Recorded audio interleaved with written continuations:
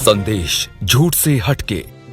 हिमांशु जी, देखिए, एक संबित पात्रा ने बड़ा आरोप लगाया है कि अरबपति निवेशक जॉर्ज सोरोस और कुछ अमेरिकी आधारित एजेंसियां, खोजी media platform, organise crime and corruption reporting project यानी OCCRP बोला है इसको उन्होंने, और राहुल गांधी की टिकड़ी ने भारत को अस्थिर करने और सत्ता परिवर्तन के लिए सार्वजनिक असंतोष को भड़काने की कोशिश की है।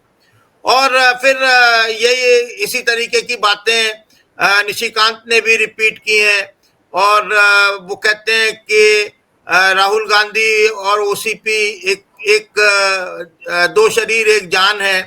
तो और उन्होंने प्रधानमंत्री नरेंद्र मोदी और उनकी सरकार के खिलाफ किस तरह काम होता है, बहुत सारी बातें की हैं फाउंडेशन की। तो मैं सर ये जानना चाहता हूं कि ये जॉर्ज सोरेस क्या है, ये इनकी कल्पना है, क्या है, जॉर्ज सोरेस का क्या धंधा है, राहुल गांधी से कैसे कनेक्ट है, और ये जो कहानी सुना रहे हैं क्या ये कपोल कल्पित है या इसमें कुछ मतलब आपको जान नजर आती है? जी सर। जैसे मैंने पहले ही कहा था कि जॉर्ज सोरोस अगर इसके पीछे है तो क्यों आप अदानी को जिस तरीके से यूएस कोर्ट ने इंडाइट किया उसी तरीके से आप क्यों उनको भी इंडाइट नहीं करते, उनके खिलाफ सबूत ढूंढ के कि वो आपकी देश की आर्थिक परिस्थिति को अस्थिर करना चाहते हैं, आपकी लोकतांत्रिक परिस्थिति को अस्थिर करना चाहते हैं।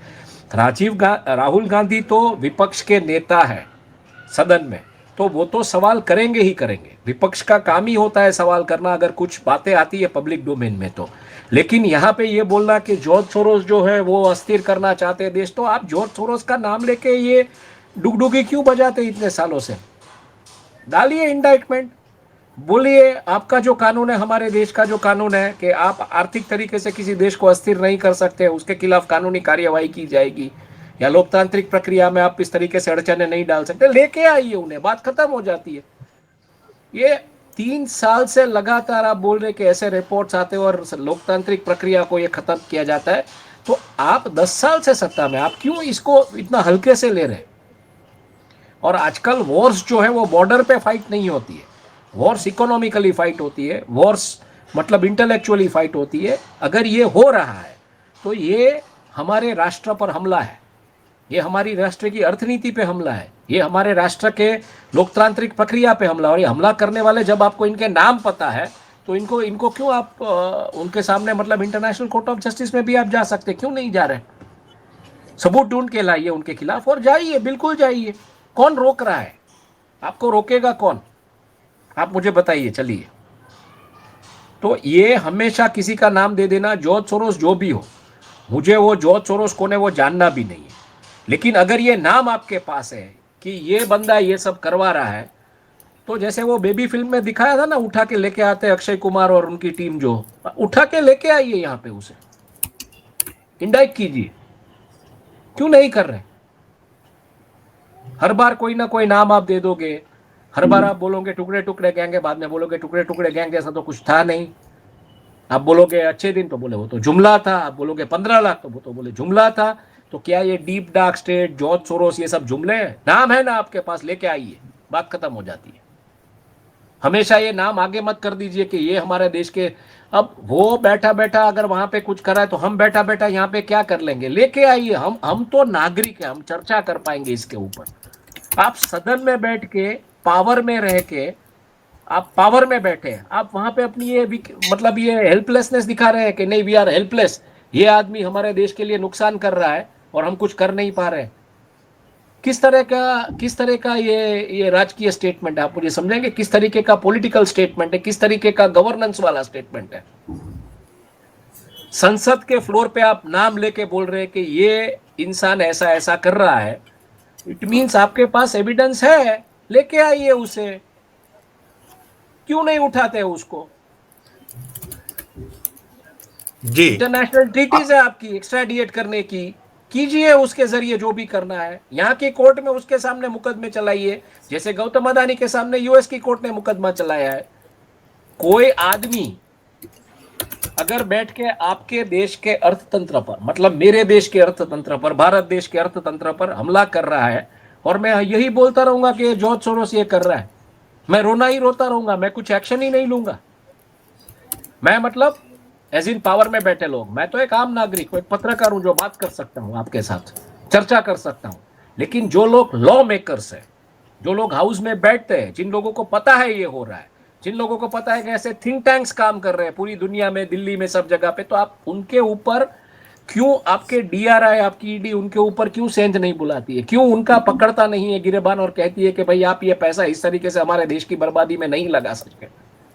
कौन रोक रहा है, आप मुझे समझाइए। चलिए, अगर आप ये कैसा करेंगे तो आपको लगता है कि संसद में इसको लेके हंगामा होगा कि नहीं नहीं, जॉर्ज सोरोस आपके देश को नुकसान कर रहा है, हमारे देश को, और आप उसके ऊपर ऐसी कार्यवाही नहीं कर सकते, ऐसा कोई बोलेगा क्या?